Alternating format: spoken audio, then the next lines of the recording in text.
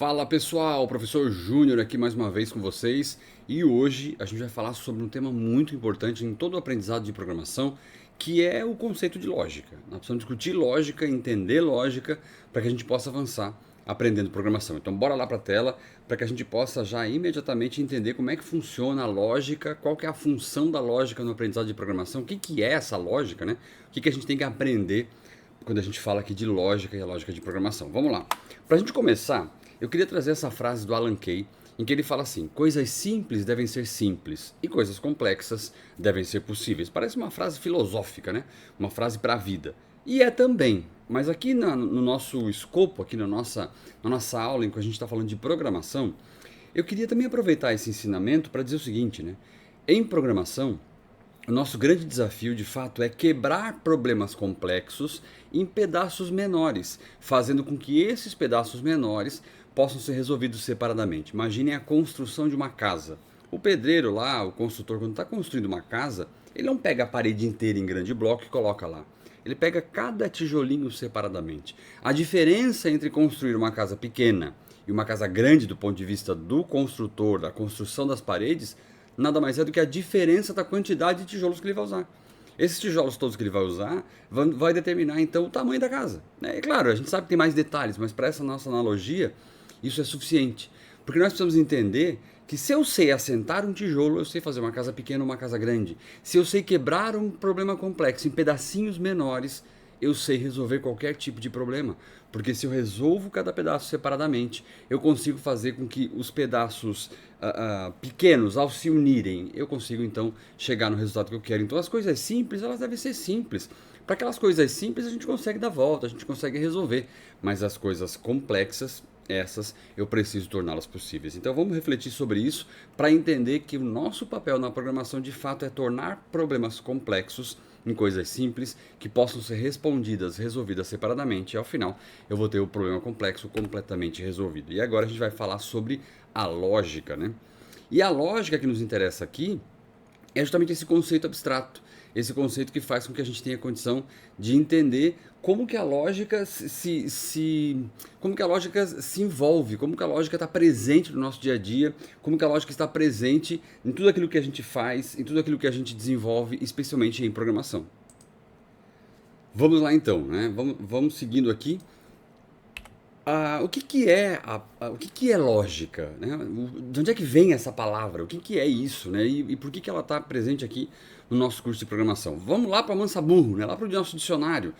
A lógica no dicionário, como a gente está vendo aqui, ó, é o modo de raciocinar tal como de fato se exerce. Isto é, está muito relacionado à maneira como a gente pensa, galera. A lógica natural da filosofia, por exemplo, é o estudo que tem por objeto determinar quais as operações que são válidas e quais as que não são, né?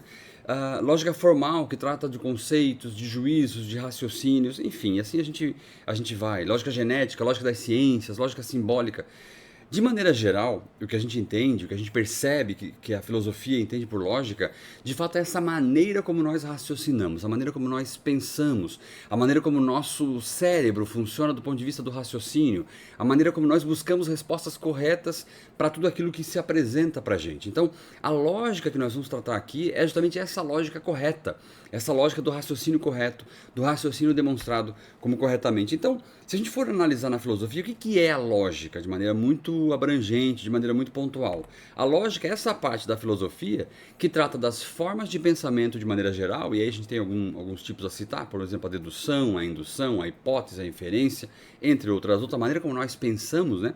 A maneira como nós organizamos o nosso conhecimento, mas também as operações intelectuais que visam determinar o que é verdadeiro e o que não é. O que é correto e o que é falso.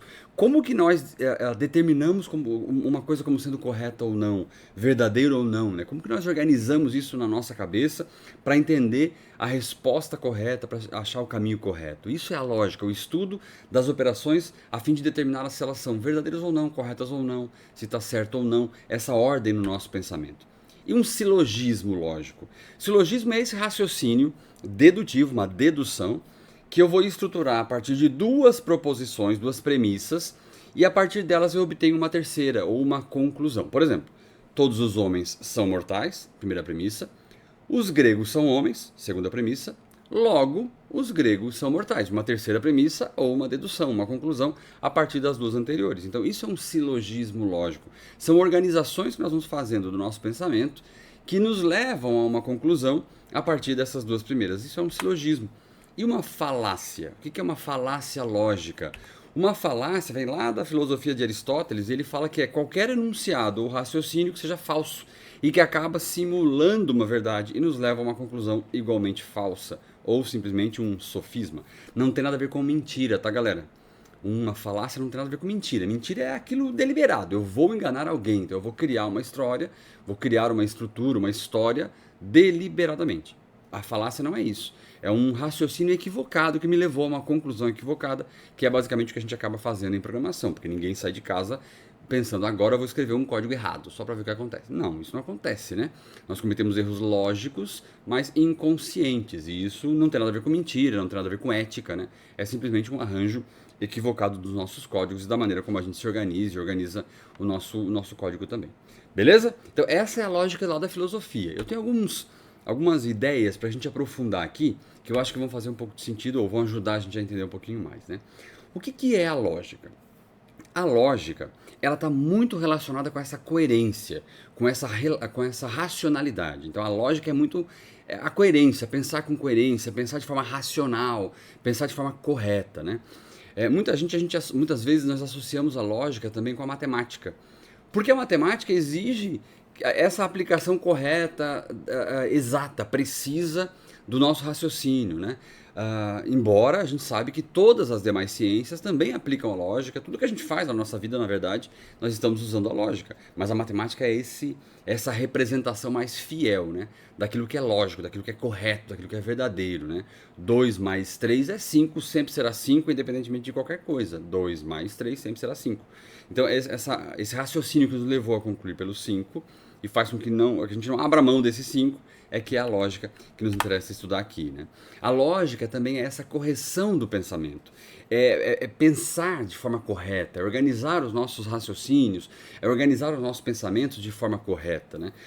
Uma das maiores preocupações que a gente tem na nossa vida diária é justamente determinar quais operações são válidas e quais não são. Por que eu estou fazendo isso? Isso é correto ou não, né?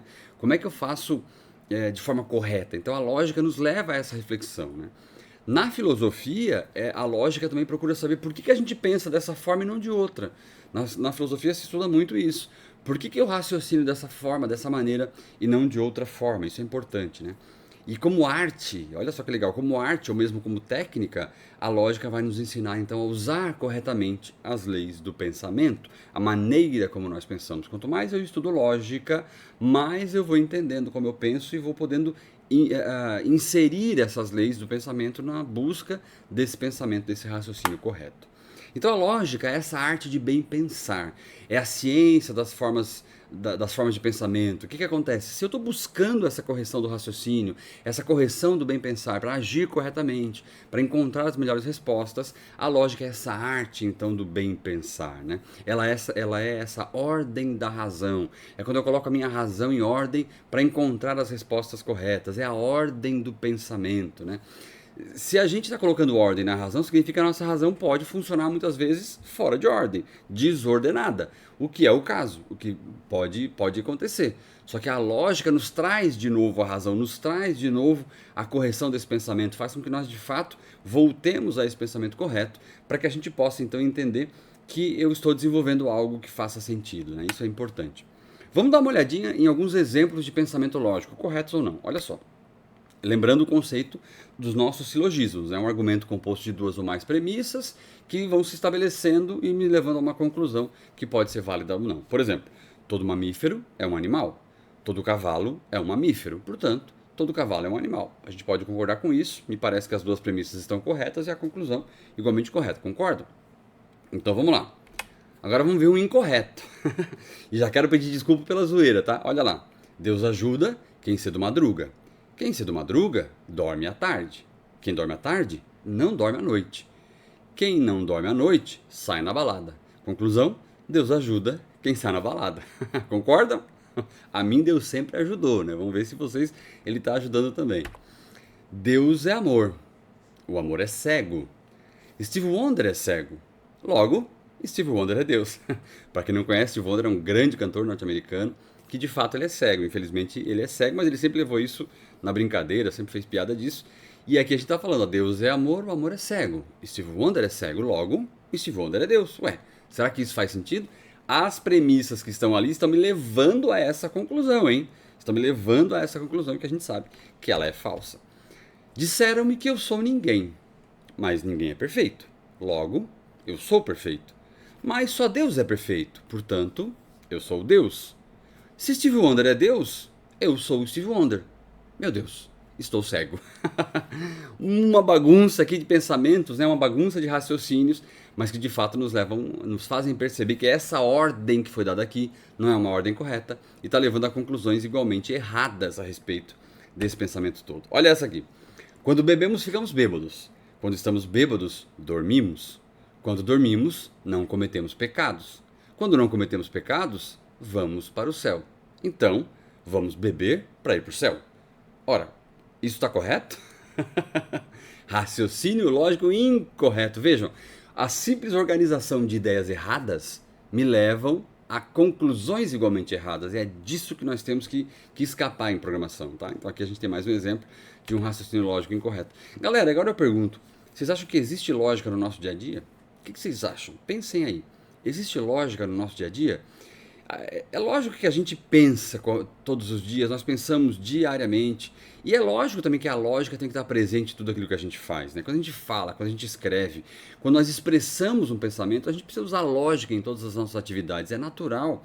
É natural também que muitas vezes a gente vai perceber a importância da lógica na nossa vida não apenas na teoria, mas na prática, em tudo aquilo que a gente faz. Né? A simples atividade de entrar numa sala, né, de passar por uma porta, de atravessar uma rua. Né? Quando eu vou passar por uma porta, quando eu passo uma porta, eu preciso pensar se aquela porta está aberta ou fechada. Né? Eu consigo atravessar uma porta com a cabeça? Né? É lógico que não. Né? Eu vou ter um problema na cabeça aí se eu fizer isso. Então eu preciso descobrir se essa porta está fechada ou aberta. Porque só depois disso eu vou ter condições de decidir o que eu vou fazer. Quando eu vou atravessar uma rua, eu preciso olhar para os dois lados, senão eu vou ser atropelado. Isso é lógica. Mas as coisas acontecem tão automaticamente, galera, tão no automático, que a gente não pensa nisso. E ao não pensar nisso, eu estou mesmo assim agindo logicamente, mas estou tornando a lógica um pouco mais difícil. Porque eu não tenho consciência de que eu estou agindo logicamente. Isso precisa ficar bem claro para todos nós, né? Mas lógico que essa lógica que eu estou falando aqui, ela está presente no nosso dia a dia o tempo todo. Então por isso que a gente tem que ficar atento. Quando eu vou tirar uma simples caneta de uma gaveta, então olha lá, pensem comigo, a gaveta está fechada e a caneta está lá dentro da gaveta. O que eu preciso fazer para retirar essa caneta que está dentro da gaveta? É óbvio que eu preciso abrir a gaveta, eu não consigo pegar a bendita da caneta lá dentro. Isso é lógica, é óbvio.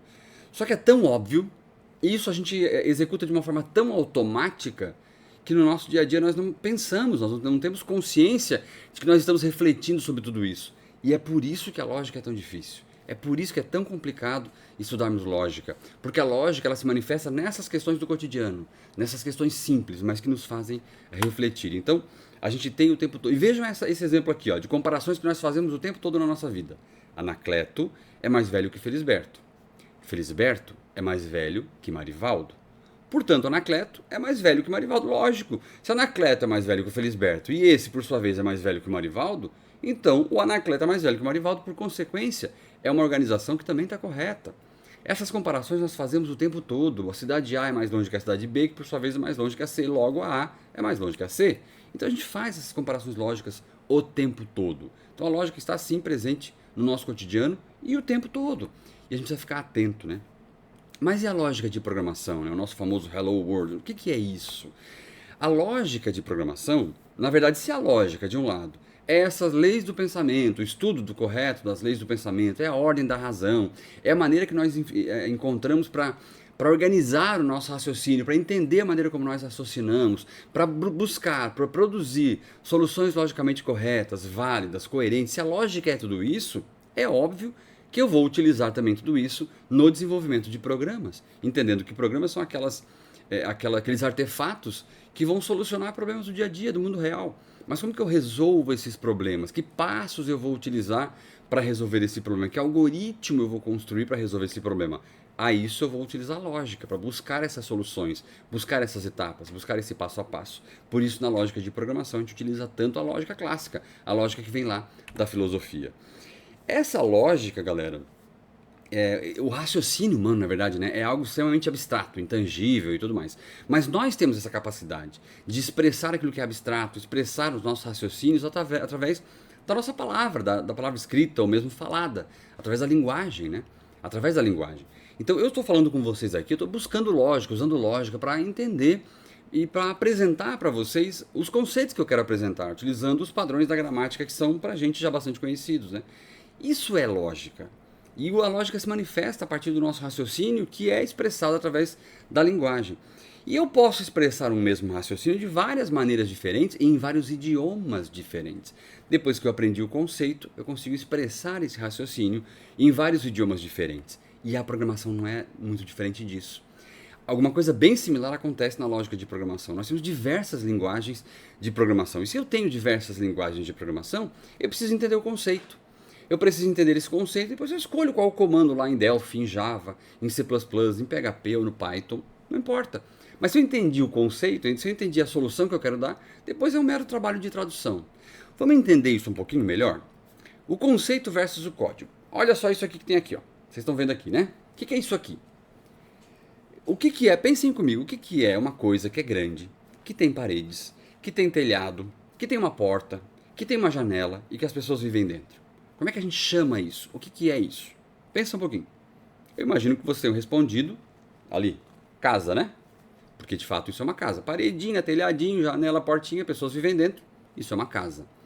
O conceito, paredinha, telhadinho, janelinha, portinha, vive gente dentro. O conceito, todo mundo entendeu.